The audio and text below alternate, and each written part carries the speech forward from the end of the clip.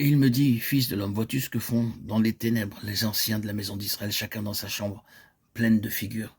Ézéchiel 8, verset 12. La chambre pleine de figures. Laissez-vous votre imagination déchaîner son activité. C'est une des choses les plus difficiles que le Seigneur doit traiter. Il peut y avoir complaisance envers soi-même et beaucoup de mauvaises choses qui surgissent d'une imagination malsaine. Ce qu'ils font dans les ténèbres, dit le Seigneur à Ézéchiel, la lumière manque dans les chambres pleines de figures. À mesure que vous connaîtrez le Seigneur, rappelez-vous que le diable viendra avec ses plus subtiles contrefaçons et cherchera à placer des pensées dans votre intelligence qui paraîtront être de l'esprit béni, mais en vérité elles viendront de Satan comme anges de lumière. Dans notre marche à travers les dangers de la journée, rien ne nous aidera plus que d'être attentif à la vie de Jésus, être absorbé par cette vie pour qu'elle se manifeste. Agissant d'une manière pratique de jour en jour, cherchons à être absolument honnête et droit dans tous nos rapports, ne disant jamais une parole peu aimable à propos des autres, ne parlant jamais d'eux, même de leur expérience spirituelle, ne les discutant en aucun cas et marchant en droite ligne avec la parole de Dieu. Regarde ce qu'ils font dans les ténèbres. C'est ce que Dieu doit dire à propos de certains qui peut-être parlent même d'avoir été crucifiés avec Christ et pourtant consentent une subtile complaisance envers eux-mêmes dans la chambre pleine de figures. Que faites-vous dans les ténèbres? Quelle pensée admettez-vous? L'intelligence a besoin d'être contrôlée par la puissance de Dieu. Beaucoup d'entre nous disent « Mon cœur est sincère », oui. Mais prenez garde à la méchanceté qui vient d'une intelligence non renouvelée et croyant être gardée sous le casque du salut.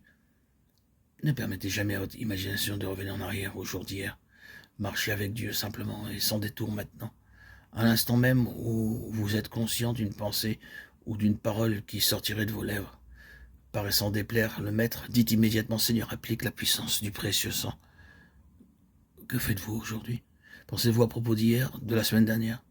Laissez-vous votre pensée repasser cette souffrance que vous avez traversée il y a 1 mois, 2 mois, 3 mois? Non. Ne permettez jamais à vos pensées de revenir en arrière et de faire ressortir le passé, ni à votre imagination de regarder en avant et de penser. Que se passera-t-il la semaine prochaine? Et je crains tant un tel. Et il me dit, tu verras encore d'autres grandes abominations qu'ils commettent. Et il me conduisit à l'entrée de la partie de la maison de l'Éternel. Et voici, il y avait là des femmes assises qui pleuraient, Tammuz. Ézéchiel, versets 13 et 14. On verse beaucoup de larmes sur les conséquences des mauvaises actions plutôt que sur le péché contre Dieu. Vous êtes allé au Seigneur avec des larmes amères pour quelque chose qui a été fait. Qu'y a-t-il derrière ces larmes? Êtes-vous peiné pour vous-même à cause de toutes ces tristes heures, ou êtes-vous réellement affligé à cause de la souffrance du cœur de Christ? Avez-vous appris à regarder le péché, tout ce qui n'atteint pas à la gloire de Dieu, comme une blessure au cœur de Jésus?